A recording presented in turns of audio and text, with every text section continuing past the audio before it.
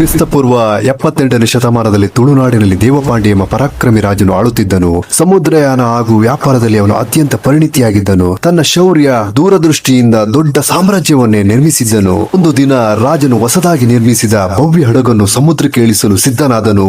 ಆದರೆ ಹಡಗನ್ನು ಸಮುದ್ರಕ್ಕೆ ಬಿಡುವ ಕ್ಷಣದಲ್ಲೇ ಅವನ ಮುಂದೆ ಭೀಕರವಾದ ದೈವಿಕ ಆಕಾರವೊಂದು ಕಾಣಿಸಿಕೊಂಡಿದ್ದು.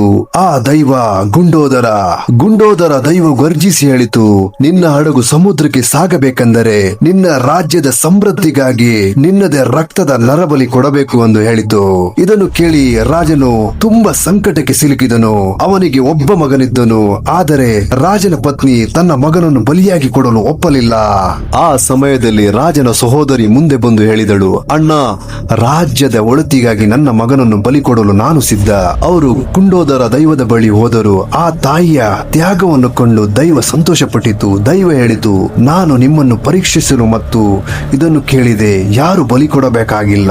ಆ ನಂತರ ದೈವ ಆ ಮಗುವನ್ನು ಆಶೀರ್ವದಿಸಿ ಹೇಳಿತು, ಈ ಮಗು ನಿನ್ನ ಮುಂದಿನ ಪಟ್ಟದ ರಾಜನಾಗಲಿ. ಆ ಮಗುವೆ ನಂತರದ ದಿನಗಳಲ್ಲಿ ಭೂತಾಳ ಪಾಂಡ್ಯ ಎಂಬ ಹೆಸರಿನಿಂದ ಪ್ರಸಿದ್ಧನಾಗಿ ತುಳುನಾಡನ್ನು ನ್ಯಾಯಯುತವಾಗಿ ಆಡಳಿತ ನಡೆಸಿದನು. ಭೂತಾಳ ಪಾಂಡ್ಯನು ನಂತರ ತುಳುನಾಡಲ್ಲಿ ಹೊಸ ಸಂಪ್ರದಾಯ ವ್ಯವಸ್ಥೆ ಆರಂಭಿಸಿದನು. ಅದೇ ಅಳಿಯಕಟ್ಟು ಸಂಪ್ರದಾಯ.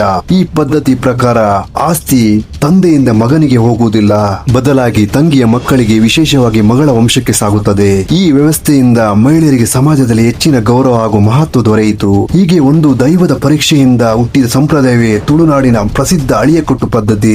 ಇದಕ್ಕೂ ಜೊತೆಗೆ ರಾಜನು ಇನ್ನೊಂದು ನಿಯಮವನ್ನು ಸ್ಥಾಪಿಸಿದನು. ತುಳುನಾಡಿನ ದೈವಗಳು ಪಶ್ಚಿಮ ಘಟ್ಟಗಳನ್ನು ದಾಟಬಾರದು ಎಂದು. ಅದರ ಉದ್ದೇಶ ತುಳುನಾಡಿನ ಸಂಪ್ರದಾಯ ಮತ್ತು ಸಂಸ್ಕೃತಿ ಸದಾ ಈ ನೆಲದಲ್ಲಿ ಉಳಿಯಬೇಕು ಎಂಬುದು. ಹೀಗೆ ಒಂದು ದೈವದ ಪರೀಕ್ಷೆಯಿಂದ ಹುಟ್ಟಿದ ಸಂಪ್ರದಾಯವೇ ತುಳುನಾಡಿನ ಪ್ರಸಿದ್ಧ ಅಳಿಯಕಟ್ಟು ಪದ್ಧತಿ.